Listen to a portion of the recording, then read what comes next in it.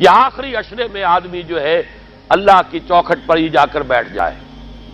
اپنے معمولات کو توڑے۔ اعتکاف کی روح یہ ہے کہ یہ جو ہمارے معمولات ہوتے ہیں، روٹین، یہ بھی غفلت پیدا کر دیتے ہیں۔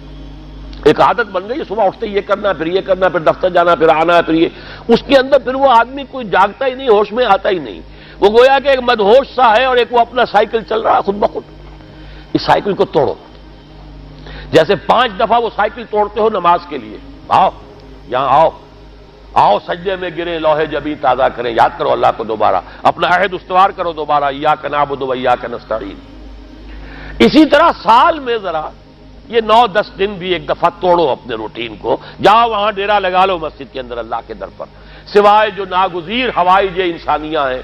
پیشاب وغیرہ کے لیے جانا ہے باہر جاؤ، وضو کرو، پھر آ کے بیٹھ جاؤ۔ محض فرحت حاصل کرنے کے لیے نہانے کی اجازت بھی نہیں ہے۔ غسل واجب ہو گیا ہو تو نہاؤ، ورنہ پھر یہ کہ ہیلے بتاتے ہیں ہمارے علماء کہ وضو کی نیت سے جاؤ غسل کر کے آ جاؤ، اس لیے کہ معلوم ہے کہ آج آدمی کی جو عادت بن گئی ہوئی ہے روزانہ نہ نہائیں تو طبیعت پہ کسل رہتا ہے، لیکن اسی کو تو توڑنا ہے، اسی روٹین کو تو توڑنا ہے۔ اصل میں اجازت نہیں ہے، اصلاً اجازت نہیں ہے۔ آپ جو ہے جو بھی ناگزیر، ہاں اگر آپ کو فرض کیجئے کوئی ایسی شکل ہو گئی ہے، رات کو آخر سوئے تو ہے، سونے میں بدخوابی ہو گئی ہے، نہانا ہے تو جاؤ نہاؤ، ٹھیک ہے، غسل واجب ہے نہاؤ۔ اور یہ کہ پیشاب کی بہانے کی حاجت ہے، جاؤ پوری کرو، وضو کرو، واپس آ کے بیٹھو، چاہے یہاں سو، یہاں ذکر کرو، یاد کرو، جو کرو کرو یہاں پہ، لیکن اور اس میں بھی خاموشی ہے۔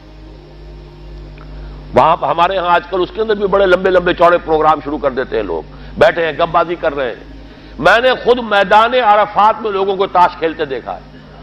تاش عرفات میں۔ میں نے سنا یہاں پر اعتکاف میں تاش کھیلے جاتے ہیں۔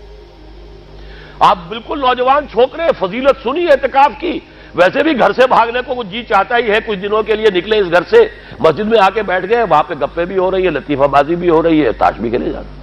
یہ اعتکاف ہو رہا ہے۔ یہ اتنی ہلکی شے نہیں ہے اعتکاف، یہ تو اس عبادت کا، رمضان میں جو روح بیدار ہوتی ہے یہ اس کا کلائمیکس ہے، بہت بڑی عبادت ہے، لیکن اس میں لو اللہ کے ساتھ لگی رہے، لوگوں سے نہیں۔ تنہائی، غور و فکر، یا قرآن پڑھو، ذکر کرو، نوافل پڑھو، یا سوچو بچ، جیسے حدیث میں آتا ہے وَأَن يَكُونَ نُطْقِي ذِكْرًا وَنَظَرِي عِبْرَةً وَسَمْتِي فِكْرًا۔ میرا دیکھنا ہو تو عبرت کا دیکھنا ہو کہ ہر شے سے میں سبق حاصل کروں، اور میں بات کروں تو اللہ کے ذکر پر مبنی ہو میری بات، اور میں خاموش رہوں وَسَمْتِي فِكْرًا، غور و فکر، تفکر و اعتبار، جو حضور جا کر غار حرا میں کیا کرتے تھے وہ اعتکاف تھا حضور کا، مکی دور کا اعتکاف، تنہا بیٹھنا۔ اور یہ روایت مجھے بعد میں معلوم ہوا کہ یہ بنو ہاشم میں یہ روایت تھی، حضور کے دادا بھی جا کر وہاں پر غار حرا میں بیٹھا کرتے تھے، یہ ان کی ایک خاندانی روایت چلی آ رہی تھی، یہ جگہ تھی، اور وہ جگہ ایسی ہے عجیب سی، اب تو خیر بڑی بڑی عمارتیں حائل ہو گئی ہیں، ورنہ میں نے جب پہلا حج کیا تھا سن 62 میں، تو میں نے اس وقت جا کر دیکھا تھا واقعتاً سیدھا کعبہ نظر آتا ہے وہاں سے، اور کچھ درمیان میں نہیں، جیسے اس کو سلٹ لیمپ کہتے ہیں، وہ غار ہے ہی ایسی کہ سامنے ایک دراڑ سی بس کھلی ہوئی ہے، یہ اس کے اندر سے وہاں بیٹھ جائیے سیدھی نگاہ خانہ کعبہ پڑ جاتی تھی، تو کعبے کا مراقبہ بھی کیا جا سکتا تھا وہاں بیٹھ کر، دیکھنا کعبے کو دیکھنا عبادت ہے، اور پھر اس یکسوئی کے ساتھ کوئی نہیں، کعبے میں ہے تو نہ معلوم کیا کچھ اور ہو رہا ہے، لیکن یہ کہ وہاں تو آپ بیٹھے ہوئے، تو وہ اعتکاف، یہی اعتکاف حضرت موسیٰ نے کیا تھا 40 دن کا، تب تورات ملی تھی، یہی 40 دن کا روزہ کیا رکھا تھا، یہ اگرچہ قرآن میں مذکور نہیں ہے، حضرت موسیٰ کا تو قرآن میں مذکور ہے، حضرت عیسیٰ کا انجیل میں مذکور ہے، 40 روز کا روزہ اور اعتکاف پہاڑوں میں کیا جا کر، تب انجیل ملی، یہی اعتکاف تھا جو حضور کر رہے تھے غار حرا میں، تب قرآن،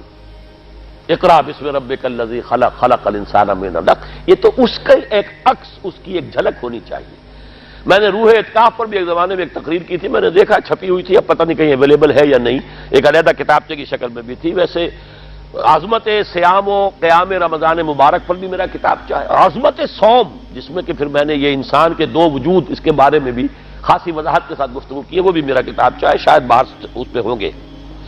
تو فرمایا جب تم اعتکاف میں ہو تو ان کے ساتھ مباشرت نہیں کر سکتے۔ تلک حدود اللہ ہے، یہ اللہ کی حدود ہیں، فلا تقربوها، ان کے قریب مت جانا۔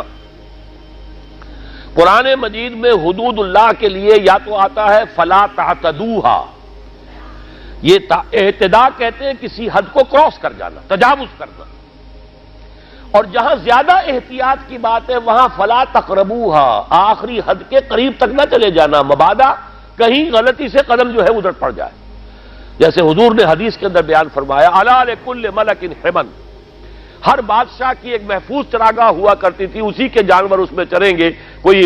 رعیت میں سے کسی کی بھیڑ بکری، کسی کا کوئی جو ہے گھوڑا وہاں نہیں آ سکتا۔ اب اگر کسی کا گھوڑا یا کسی کی بھیڑ بکری چلی گئی، وہ مجرم ہو گیا، پکڑا جائے گا، گردن ماری جائے گی۔ تو حضور نے فرمایا کہ اللہ کی بھی ایک محفوظ چراگاہ ہے، اللہ کی حما کیا ہے؟ محارمہ، جو چیزیں اس نے تم پر حرام کر دی، ان کے قریب نہ جانا۔ تو دیکھو اگر کوئی چرواہا اپنی بھیڑوں بکریوں کو بالکل آخری حد تک لے جائے گا، اس بادشاہ کی جو وہ حد ہے، تو اندیشہ ہے کہ بھیڑیں بکریاں کہیں ایک چھلانگ لگائے اور بادشاہ کی چراگاہ میں داخل ہو جائے، لہذا ذرا فاصلے پر رہا کرو۔ یہ ہے آخری حد تک نہ جاؤ بلکہ کچھ فاصلے پر رہو۔ فلا تقربوها، یہ اللہ کی حدود ہے تو ان کے قریب مت پھٹکو۔ کذالک یبین اللہ لکم آیاتہ للناس لعلہم یتقون، اسی طرح اللہ تعالی اپنی آیات لوگوں کے لیے واضح کر رہا ہے تاکہ وہ بچیں، تقویٰ کی روش اختیار کریں، حدود الہی کا احترام کریں، اس میں کہیں تجاوز تو دور رہا، اس کے قریب بھی نہ آئے۔ هي الحلقات تحفظني بآيات من القرآن، هي الحلقات تملأني بحب المصطفى العدنان،